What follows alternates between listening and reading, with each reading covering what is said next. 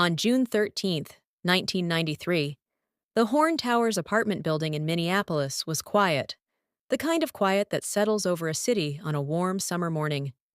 Most residents were still asleep when a woman on the 14th floor noticed something unusual: water dripping through her ceiling. She called the property manager, expecting a plumbing issue, a burst pipe, a faulty tap, something simple.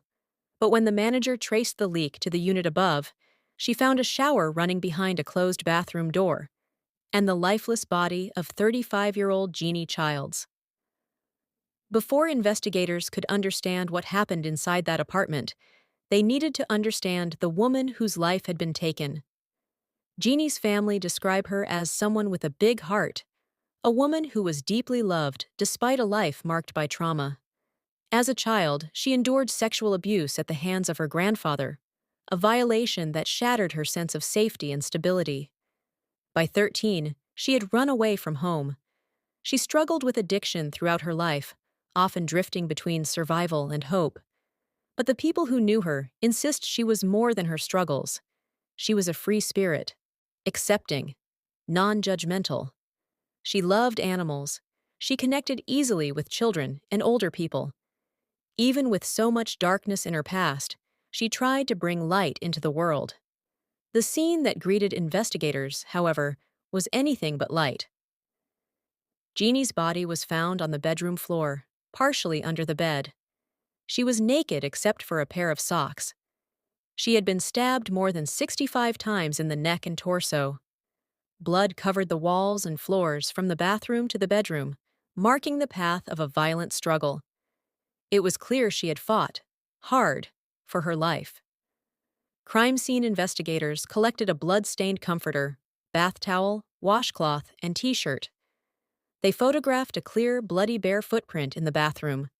Because Jeannie was wearing socks, they knew immediately that the footprint belonged to her killer.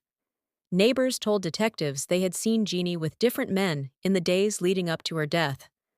One neighbor reported seeing her with a blonde man wearing a trench coat, and later saw the same man running down the stairwell without it. But the first person investigators needed to speak with was the man closest to her: Arthur Gray, Jeannie's boyfriend, and, according to neighbors, her pimp.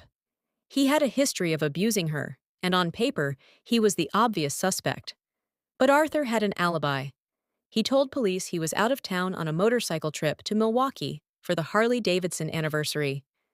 His friend, Maurice Hampton, confirmed the story, and so did Hampton's mother, who said both men stayed at her home in Indiana. Police compared Arthur's foot to the bloody print at the scene. It didn't match. Eventually, he was ruled out. Detectives then turned to a Rolodex found in Jeannie's apartment, a list of clients. But most of the names were fake, used by men who didn't want their identities connected to sex work. The investigation stalled, and for more than 20 years, the case went cold. The evidence sat in storage: the footprint, the blood-stained items, the hair found in Jeannie's hand, all preserved, waiting for a future where science might catch up. That future arrived in 2015. A drop of blood found in the stairwell back in 1993, blood that didn't belong to Jeannie or Arthur, was finally tested with modern DNA technology. It matched a man named John Eswine, who was already in prison at the time. Detectives interviewed him, hoping for answers. But Eswine couldn't be linked to any DNA inside the apartment, and his footprint didn't match. Another dead end. Then, in 2018, everything changed. Using genetic genealogy, the same technique that identified the Golden State Killer, investigators built a DNA profile from the crime scene evidence. That profile pointed to a man named Jerry Westrom, a married father living a seemingly ordinary suburban life. Detectives followed him undercover to a hockey game. When Westrom wiped his face with a napkin and threw it away, investigators collected it. The DNA matched. The bloody footprint matched. And Westrom had no legitimate reason to be in Jeannie's apartment. He was arrested and charged with her murder. At trial, prosecutors presented the evidence clearly. Westrom was a client of Jeannie's. He was in her apartment. His DNA was on the items near her body.